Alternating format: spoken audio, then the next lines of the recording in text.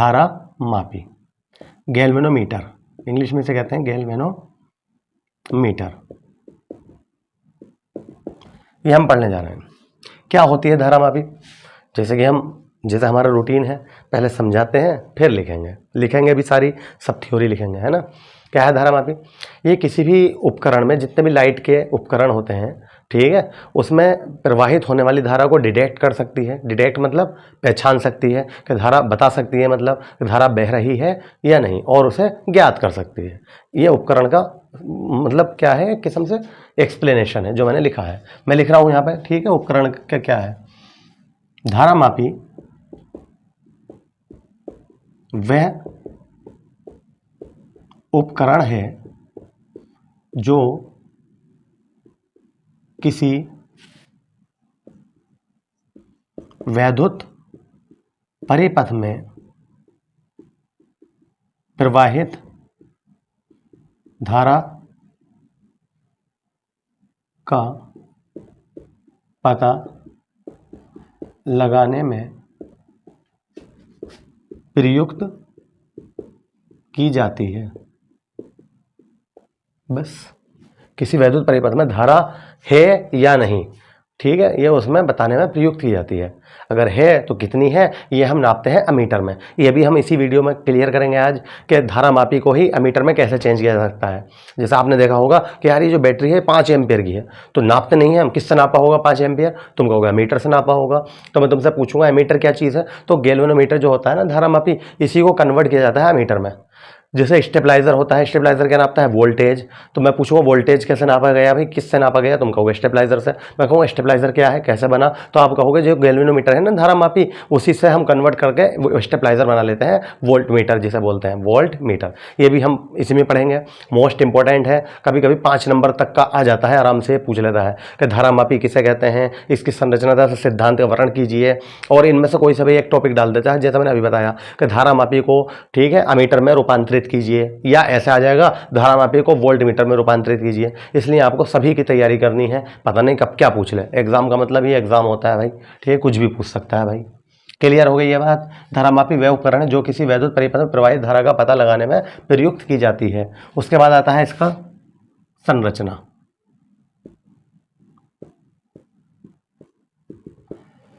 संरचना, तो संरचना का नाम आते ही क्या आता है हमारे माइंड में? चित्र। क्या भाई डायग्राम बना दो। तो पहले मैं डायग्राम बना देता हूँ, फिर उसी पे संरचना लिख देंगे। डायग्राम का मतलब ये होता है जब डायग्राम दिखाई दे आपको, तो उसी के ऊपर बातें बना बना के लिखते रहो, उसी के ऊपर होनी चाहिए बस। फिजिक्स में यही बहुत अच्छी बात है, ठीक है, कि हमें रटने की ज़रूरत नहीं होती ज़्यादा, ठीक, कुछ बातें याद होनी चाहिए। तो चित्र बनाने जा रहा हूँ, देखो सुनो।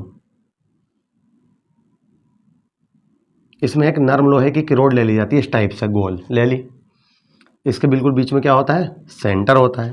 और इस सेंटर से हम ऐसे करके बहुत सारे तांबे के फेरे लपेट देते हैं। तांबे की क्या बना देते हैं? कुंडली, जिसे क्या कहते हैं? जब बहुत सारे तांबों के तार लपेटेंगे तो क्या बन जाती है? वो कुंडली। ये हो गई, बताइए सही है? ये क्या लपेटे हुए हैं? ऐसा कर करके लपेटे हुए हैं हमने, ये इसके ऊपर तार, और यहाँ पर लगा देते हैं कमानी। कमानी मतलब एसपी बोला गया है इसे, कमानी। ये दिख रही है कमानी, मैं इसे ऐसे समझाना चाहूँगा आपको। अभी अगर ना समझे हो कि कमानी क्या होता है, तो बच्चों की आपने टॉयज़ वाली मतलब गाड़ी देखी होंगी, बच्चों के खिलौने वाली गाड़ी, जिसमें हम चाबी भरते हैं, जितना ऐठेंगे उसे, सही है। तो इतनी वो जो कमानी होती, पत्ती होती है, समझ गए? फास्फोरस की ये इसकी पत्ती होती है, बनी हुई है, ठीक है, ब्रांच की, स्टील की, ऐसे करके घूमती रहती है, समझ गए? चाबी भरते रहोगे, और जब फुल कर देते हैं तो हम उसे छोड़ देते हैं चाबी भर के, तो वो आगे बढ़ने लगती है। इसी समय इसे पूरे धारा मापी को समझाने की कोशिश करूंगा आपको, और बिल्कुल समझ में आ जाएगा। बताओ बात समझ में आ गई यहाँ तक? इसके दोनों तरफ पता है क्या करते हैं हम? एक अवतल की तरह 2 चुंबक लगा दी जाती है। जितनी डिस्टेंस पे ये लो उतनी पर ये ले लेना, उतनी बड़ी इधर ले लेना, ठीक है, जितनी ये लो इतनी बड़ी ये ले लेना। ये छोटी लग रही शायद, ये बड़ी, बराबर बराबर कर देना भाई, और इसे ऐसे कर दिया जाता है। इसका मतलब ये होता है, अब तुम कहोगे ऐसे क्यों काटी गई, इसका मतलब ऐसे कह सकते हो तुम, चुंबक की बचत कर ली। ये क्या लिए हमने? पता है, चुंबक के टुकड़े हैं, एक ये टुकड़ा और एक ये है। और चुंबक के दो ध्रुव होते हैं, ये हम पढ़ ही चुके हैं इसी चैप्टर में, एक नॉर्थ और एक साउथ।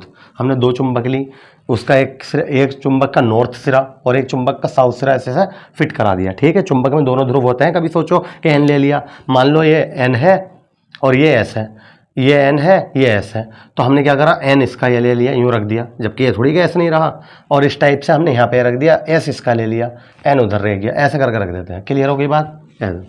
और उसके बाद क्या करते हैं, यहाँ पर एक पैमाना बना लेते हैं। पैमाना मतलब स्केल, और इसमें यहाँ पर क्या लगा देते हैं, ठीक है, जिसे हम संकेतांक बोलते हैं या इंडिकेटर। क्या बताती है कि हाँ भाई करंट है, इस परिपथ में करंट है। तो यहाँ पर इसे ऐसे करके दिखा देते हैं,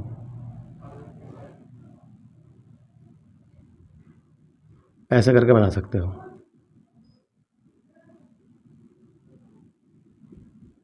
पैमाने में ऐसी तो होती लाइनें खिंची हुई, चार ऐसे बना रहा हूँ मैं और एक बड़ी, फिर चार ऐसे फिर एक बड़ी, फिर चार ऐसे फिर एक बड़ी। ठीक है, ये क्या बना दिया हमने, पैमाना। यहाँ पे लिख देते हैं पैमाना। मतलब भारी तो नहीं लगा अभी तक, समझ में आ रहा है? उसके बाद ये जो एरो लगाया है इसे क्या बोल रहे हैं हम, क्या है, संकेतक। संकेतक मतलब इंडिकेट कर रहा है कि हाँ करंट है। देखो एरो का निशान लिया, सही है। उसके बाद हमने ये पढ़ा था, जब दो चुंबक रखी जाती हैं नॉर्थ और साउथ, नॉर्थ और एक पोल क्या हो साउथ, तो उसकी जो डायरेक्शन होती है नॉर्थ से साउथ की ओर होती है। क्लियर है? नॉर्थ से साउथ की ओर इससे निकलेंगी चुंबकीय बल रेखा है, और कहाँ को जाएंगी, साउथ की ओर। तो इसे हम ऐसे करके बना देते हैं, ये आ रही है।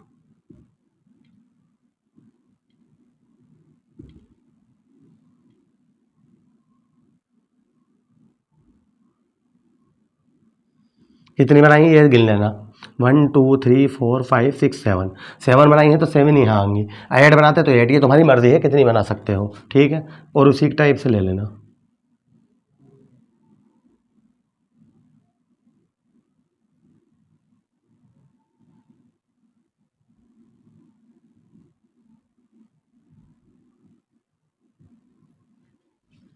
अब बताइए कैसा लगा, बन गया धारावाही। ये जो हमने चुंबक रखी थी इन्हें क्या बोलेंगे हम, क्या है, स्थायी चुंबक, स्थायी चुंबक। ठीक है, पूरा चित्र जो बन गया ये क्या है, और ये जो तार लगाए थे इन्हें क्या बोल रहे हैं हम, कुंडली, तांबे के तार से बनी कुंडली। और इसे क्या बोल रहे हैं हम, कमानी।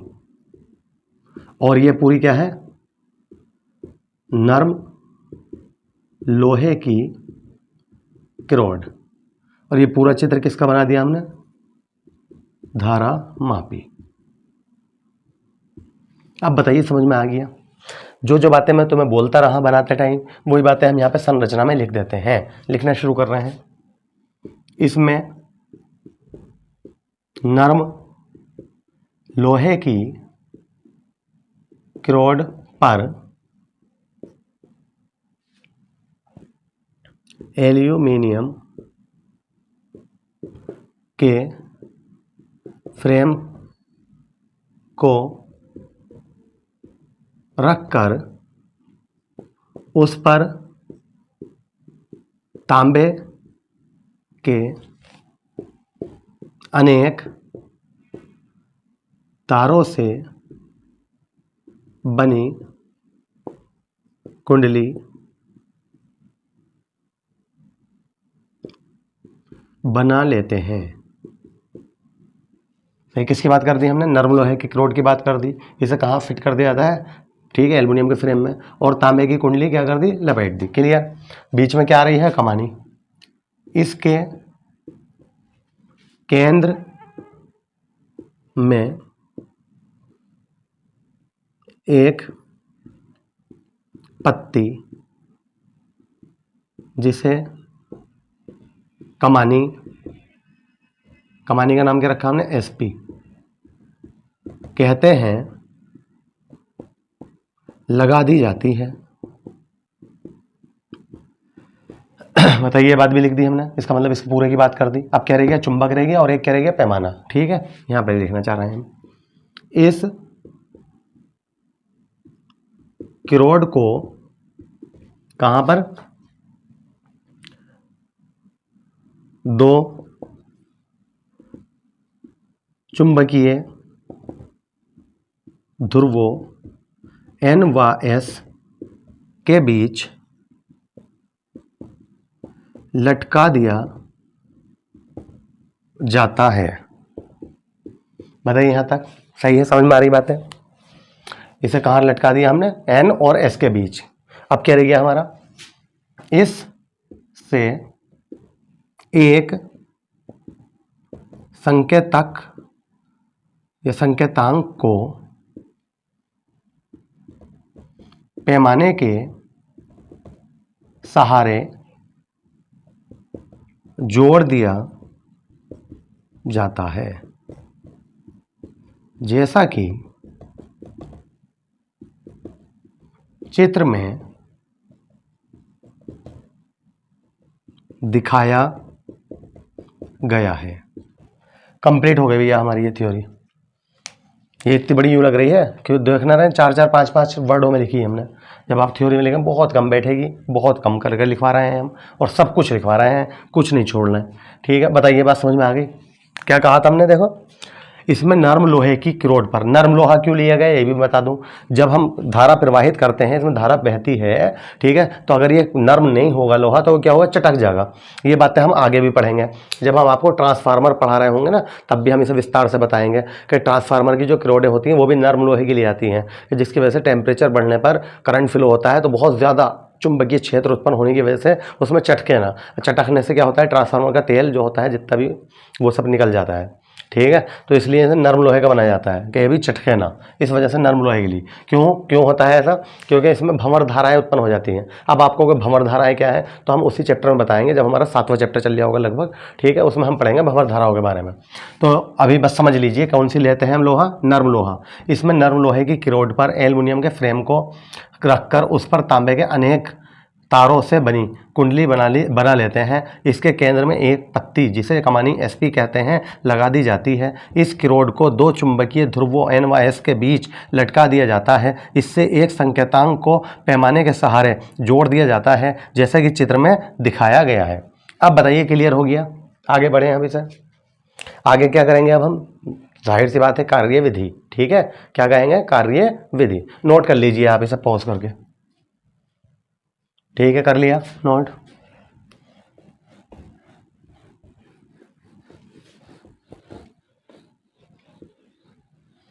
अब इस डायग्राम की भी ज़रूरत नहीं रही है। ठीक है, मगर समझ लेना जब हम इसे ऐठना शुरू करेंगे ऐसे, ठीक है, तो मैं इसका जिक्र करूंगा। ठीक है, ये कार्यविधि में समझ जाओगे आप। अब मैं इसे साफ कर देता हूँ।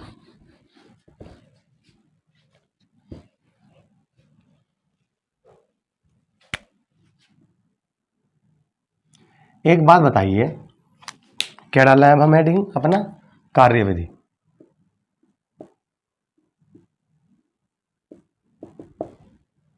हमने अपनी पिछली वीडियो में पार्ट 5 में आपको पढ़ाया था, जब एक समान चुंबकीय क्षेत्र में किसी कुंडली को या बंद लूप को रख देते हैं तो उस पर एक बल आघूर्ण लगता है। और बल आघूर्ण का फॉर्मूला क्या आया था हमारा?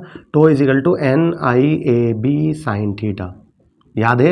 मैंने कहा था बहुत इंपॉर्टेंट है, कभी कभी ये प्रूफ भी करवा लेता है, तो आपको तो करना ही पड़ेगा। ठीक है, और इसे याद भी रखना है। अगर आपको ये याद ना होगा तो धारामापी का जो कार्यविधि मैं यहाँ पे समझाने जा रहा हूँ आप इसे नहीं कर पाएंगे। क्लियर?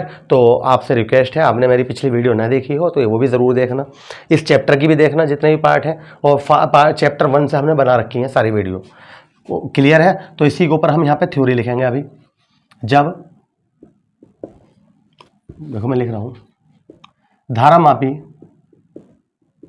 में विद्युत धारा I प्रवाहित की जाती है, तब बल आघूर्ण, ऐसे भी सकते हैं, तब उत्पन्न बल आघूर्ण। तो टो = क्या पढ़ा था हमने? NIAB sin theta. ये बताओ क्लियर है? पिछली वीडियो में हम पढ़ा चुके हैं टो = NIAB sin थीटा। हाँ, एक बात बताइए, केंद्र की बात कर रहे हैं, केंद्र। तो जब मैंने बहुत बार बता चुका हूं, जब कोई भी चीज़ सर्कल में होती है, ठीक है, तो उस पर जो बल आघूर्ण लगता है वो क्या होता है, वो सॉरी, तो उस पर जो एंगल बनता है वो कितना होता है, थीटा 90 डिग्री का। तो हम यहाँ पे लिख रहे हैं थीटा इजिकल टू क्या है, 90 डिग्री, और साइन 90 की वैल्यू क्या हो जाती है, 1। तो tau is equal to NIAB, equation 1। ये कब की बात लिखवाई हमने, जब तुमने धारामापी में करंट फ्लो कराई थी, ओनली तब की बात है। टो इजिकल टू NIAB, ठीक। अब क्या हुआ, जैसे तुमने फ्लो कराई करंट तो कुंडली घूमने लगी, कुंडली क्या करने लगी, घूमने लगी। और जब वो घूमने लगी तो उसमें जो कमानी थी उसमें ऐठन आने लगी। समझ रहे हो मेरी बात, ऐठन मतलब समझ रहे हो, वो ऐठने लगी। ऐठन ही लिखा हुआ है फिर किताबों में भी, तो ऐठन ही लिखूंगा मैं यहाँ, ठीक है। तो मैं यही बात यहाँ पे लिख रहा हूँ, जब कुंडली घूमना प्रारंभ कर देती है तो कमानी ऐंठने लगती है। जब कमानी ऐंठने लगी फिर क्या होगा, तो उस पर एक बल आघूर्ण कार्य करने लगता है, जो कि कमानी को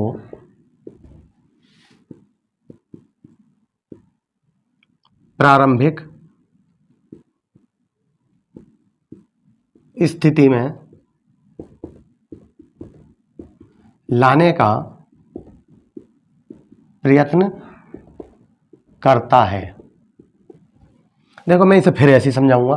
आपने क्या करा, बच्चों के जो खिलौने वाली गाड़ी थी उसमें आपने खूब चाबी भरी, ऐसे भर दे, ठीक है, वो तो काम हो गया है। यहाँ पे क्या हुआ, यहाँ पर हमने करंट लगाया, यहाँ पे चाबी थोड़ी भरी जा रही धारामापी में, तो हमने करंट जैसे ही फ्लो कराया तो क्या हुआ, वो घूमने लगी, ठीक। तो कमानी में क्या आने लगी, ऐठन, तो जिसकी वजह से उसके अंदर एक बल आघूर्ण अपने आप कार्य करने लगा, जो कि उसे कमानी को अपनी उसकी प्रारंभिक स्थिति में लाने का प्रयत्न करता है। बताओ बात समझ में आ गई। तो ऐसा होता नहीं है जब हमने चाबी भर दी, चलो हमने जान के भर दी, करंट की जगह चाबी समझ लो, और हमने उसे बच्चे की गाड़ी की जो होती है, कार कुछ भी, ठीक है, XYZ, तो हमने उसे छोड़ दिया, तो फिर क्या होगा, कमानी में जो ऐठन आई थी, जो तुमने ऐठी थी, वो अपने आप वापस ना हो रही ऐसे, और वो जब तक चलती रहेगी जब तक वापस होती रहेगी, और कुछ देर बाद जाके क्या होगा, गाड़ी रुक जाएगी। तो इसका मतलब उसका जो बलागुण उत्पन्न हुआ वो उस बलागुण के बराबर हो गया जो तुमने ऐठा था। ये तो मतलब हुआ कि जितना तुमने बलागुण दिया था उतना ही बलागुण उसने उत्पन्न कर दिया, और उसकी प्रारंभिक स्थिति जो थी वो की वही आ गई। क्लियर। तो इसका मतलब यह हुआ है जो बलागुण उत्पन्न होगा वो इस वाले बलागुण के बराबर होगा। ये बात हम यहाँ लिख रहे हैं। यदि विक्षेपण कोण थीटा हो तब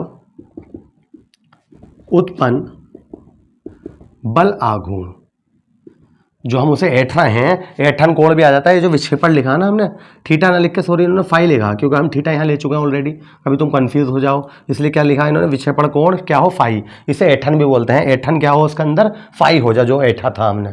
तो उत्पन्न बल आघूर्ण क्या हो जाएगा, टो इजिकल टू के फाई। क्या हो जाएगा, टो इजिकल टू के फाई, जहां के एक नियतांक है। यहां तक बताइए बात। और ये बल आघूर्ण किसके बराबर होगा, इस इक्वेशन से, ठीक है। तो समीकरण 1 में टो का मान रखने पर, समीकरण 1 में टो का मान रख दीजिए, ठीक है। फिर देखते हैं क्या होता है। करें तो टो बराबर क्या है, के फाई, इसे उठा के यहाँ रख रहा हूं मैं। तो के फाई इजिकल टू NIAB। यहाँ तक बताइए। अगर मुझे ये देखना हो कि आई किसके बराबर है, तो आई के मल्टीपल में क्या है, NAB, ये कहाँ पहुँचेगा, इसके बटे में।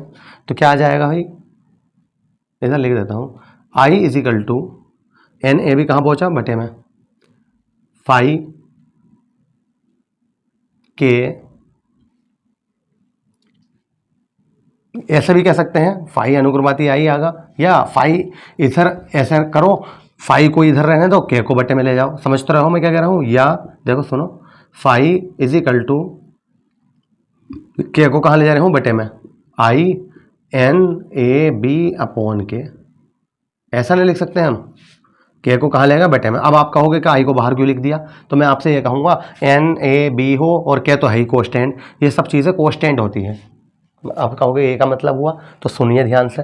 जब हमने एक धारामापी बना ली, अभी जो मैंने बनाई थी धारामापी बना ली धारामापी, उसमें क्या हुआ, उसमें जो आपने फेरों की संख्या ली, मान लो 50 ले ली, 500 ले ली, ठीक है, तो वो बदल जाएगी क्या, वो तो बन गई। जो कुंडली ली है एक बार कोयल, वो तो वही रहेगी, 500 है तो 500 है, 100 है तो 100 है, 50 है तो 50। इसका मतलब एन क्या हो गया, कोस्टेंट। जो उसका क्षेत्रफल होगा कुंडली का, वो तो वही रहेगा।